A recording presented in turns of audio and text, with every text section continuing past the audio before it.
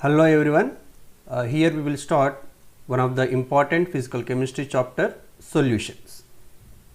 And what are the solutions? How can we define the solution? A solution is a homogeneous mixture of two or more than two components. So we can define the solution like this. It is a homogeneous mixture of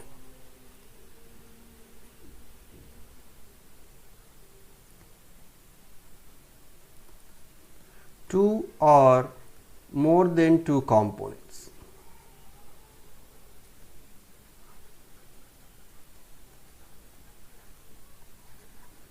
And the type of mixture we can call solution. And if the solution contains two components, then the type of solutions we can call binary solutions. Solutions which containing two components. And solutions which contains more than two means it may be 3 or 4. If the solution contains 3 components, the type of solutions we are called ternary solutions.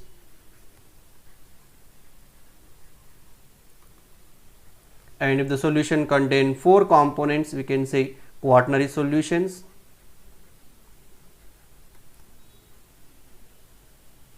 And so on. If it has a 5, 6 and so on. But anyhow, here our main focus is on the binary solution, which contains two component system. And out of these two components, and one of the component is called solvent and other one is called solute. So this is a two component system, and those two components we can name as like solvent and solute. Then what is a solvent and what is a solute? We can define the solvent as, so it is a substance or it is a component which is having larger in amount, the substance which is having larger in quantity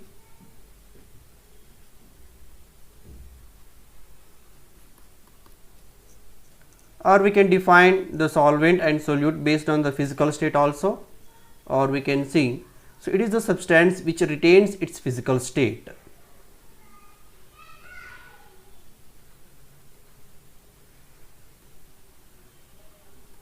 Which retains its physical state.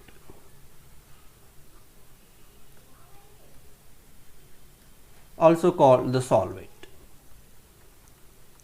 And next we have the solute, and this is a component which is having lesser in quantity.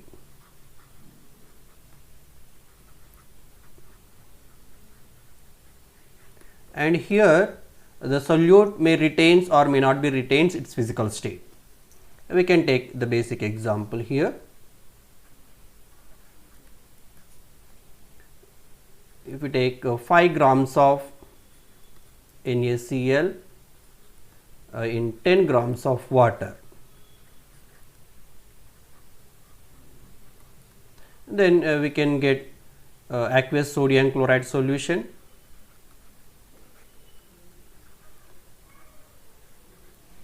In this aqueous sodium chloride solution, what is the solute and what is the solvent? So here we can say based on the amount of substance which is having larger. Here water is 10 grams, hence we can say water can act as a solvent and sodium chloride 5 grams lesser in amount. So here this is a solute. And if we take other example, same 5 grams of NaCl. Now if we add to the 5 grams of water, again I will get the same aqueous sodium chloride solution. Now in this case, what is a solute and what is a solvent? And here both are having equal in amount.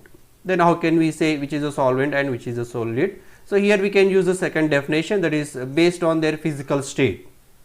When we add 5 grams of sodium chloride, this is the physical state. The physical state for the sodium chloride is a solid. And 5 grams of water, we know that the physical state for the water is the liquid state. And when you add sodium chloride to the water, the resultant aqueous sodium chloride solution is a liquid phase. So here water is retaining its physical state or physical phase, and whereas the sodium chloride solid, it disappears. So we can say even though both are having equal amounts, and here sodium chloride is accessing solute which loses its physical state, and water it retains its physical state, and this is a solvent. So like this we can say solvent and solute based on their amount and based on their physical states. And here concentration of these solutions, that is amount of solute present in the some amount of solvent, that we can say concentrations, and we have various concentration terms, and about these concentration terms already we have discussed in the 11th, and we have the previous videos. Just you can go through the previous videos for the concentration terms. And next we will see types of binary solutions. Now based on the physical state of the solute and solvent, we can classify these binary solutions as 9 types.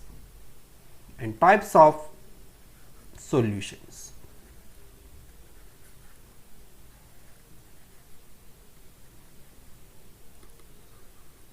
So based on the physical state means here solute may be present in the solid, and solvent also may present solid, and solute may be liquid or solvent may be liquid, like that. So 3 states of the solute and 3 states of the solvent. So 3 into 3 together they can give 9 types of the solutions, and we can have the 9 types of solutions here,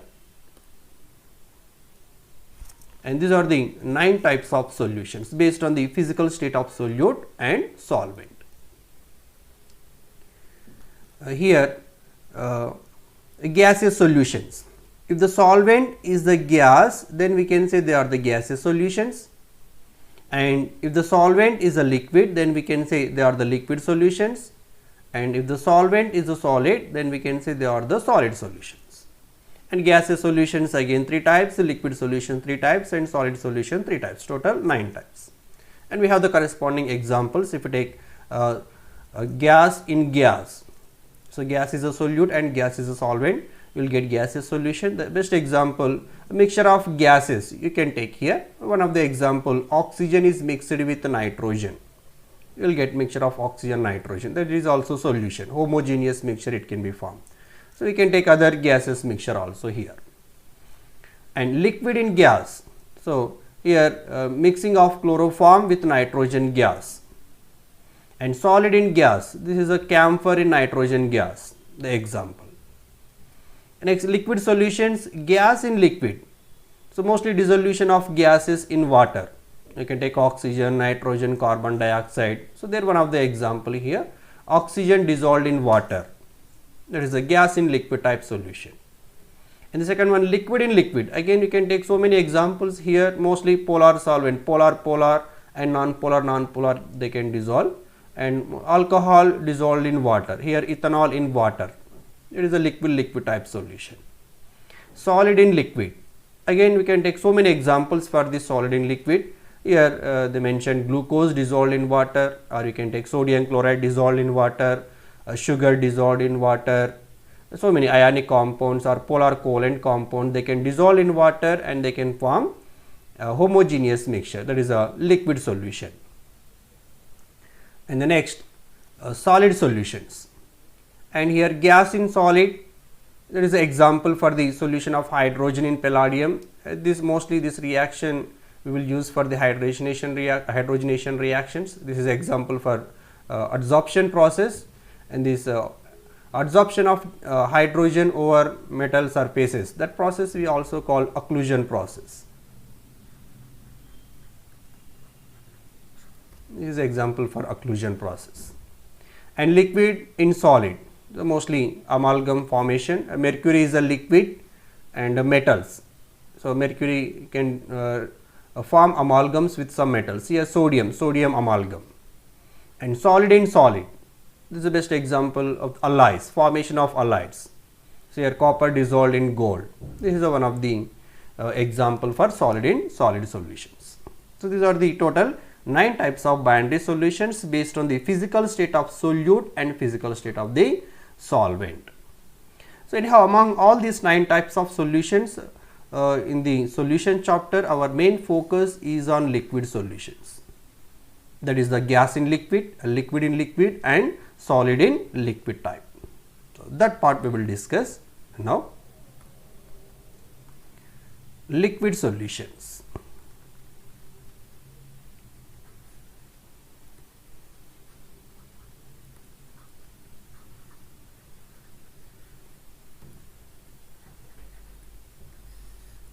So, first one, the solubility of gas in liquid.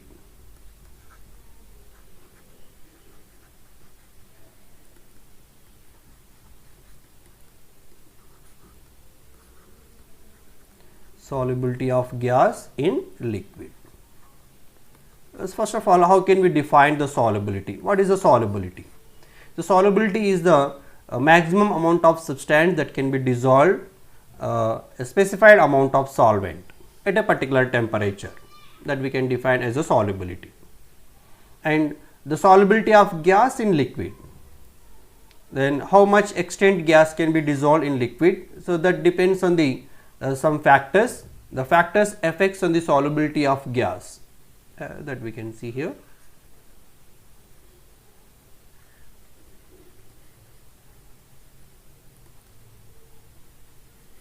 Factors affecting on solubility of gas in liquid.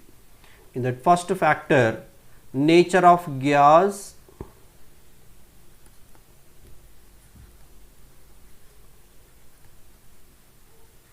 and liquid are mostly solvent here.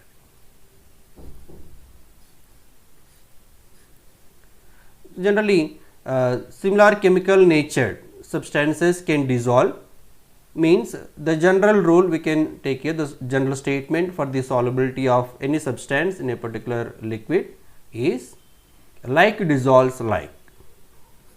The general rule for solubility.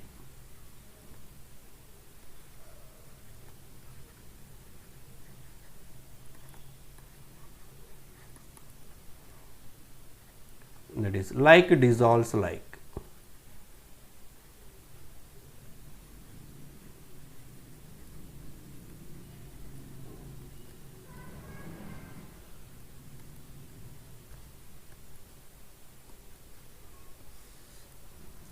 So, here some of the polar gases or ionic compounds can dissolve in polar solvents like water or alcohols. The best example we can take here.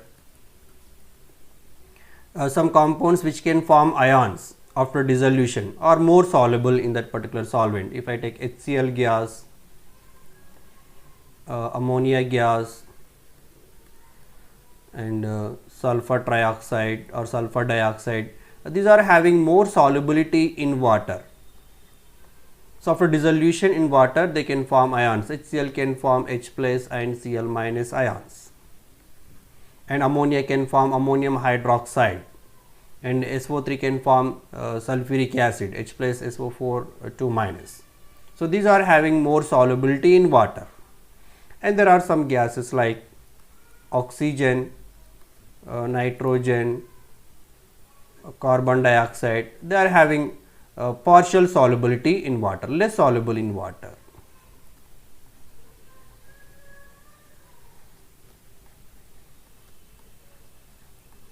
So, here depends on the nature of the gas, we can say the solubility depends. Here HCl, ammonia, sulfur trioxide, they are having more solubility in water, but whereas the oxygen, nitrogen, carbon dioxide, they are having less soluble. And some non-polar gases like methane and bromine, they are still very less soluble in water case, and these non-polar gases can soluble in non-polar solvents like carbon disulfide, carbon tetrachloride, benzene, and here the solubility is more. So, here that depends on the nature of solvent also. So, here non-polar can dissolve in non-polar solvents and polar compounds can dissolve in polar solvents. That is the nature of the gas in liquid. And the second factor affects on the solubility of gas in liquid is temperature.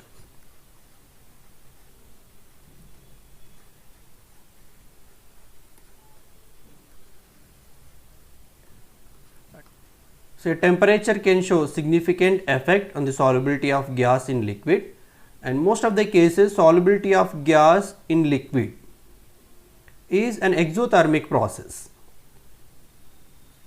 Means each evolution can take place when gas dissolves in water or some pure solvent or liquids. Let me take gas. If you add some liquid solvent, it can form gaseous liquid solution,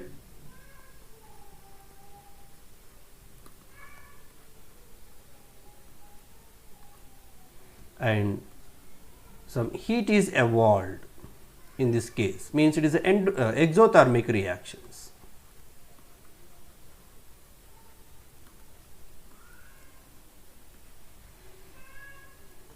So, we know that according to Le-Chatelier principle, exothermic reactions are favorable at low temperature conditions. According to Le-Chatelier principle, exothermic reactions favors at low temperature condition.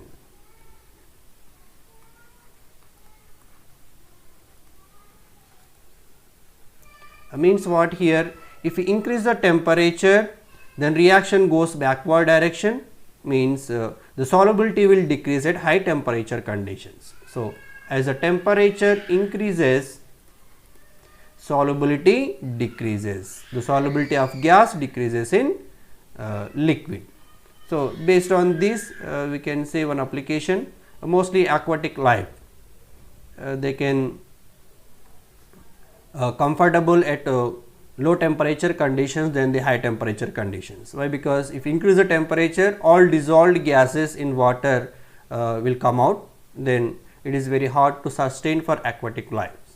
So, they are comfortable at low temperature regions. And next we can see the third factor which affects on the solubility of gas in liquid is the pressure. Pressure also can show some significant effect on the solubility of gas in liquid. So, effect of pressure. Generally, as the pressure increases, solubility of gas increases. As the pressure increases, solubility of gas increases in liquid. And this also we can explain based on the Le-Chatelier principle. Again, when we add gas to the liquid, and we will get a liquid solution. And according to the Le-Chatelier principle, and if we increase the pressure, then the reaction shifts from more number of moles to the less number of moles, especially that we can apply for the gaseous reactants and gaseous products. So, in this particular reaction, we have the gas at the left hand side and there is no gaseous products on the right hand side. So, we have only number of moles in the reactant side. So, when we increase the pressure, ultimately the reaction should move from reactant side to the product side, means more amount of gas can dissolve in liquid if we increase the pressure. And this the quantitative information about the solubility of gas in pressure can be explained, and that is explained by the scientist Henry. Based on the Henry's law, we can discuss some quantitative information of the solubility of gas in liquid, how much amount of gas is dissolved in a particular amount of solvent based on the Henry's law. So, that we will see in the next class.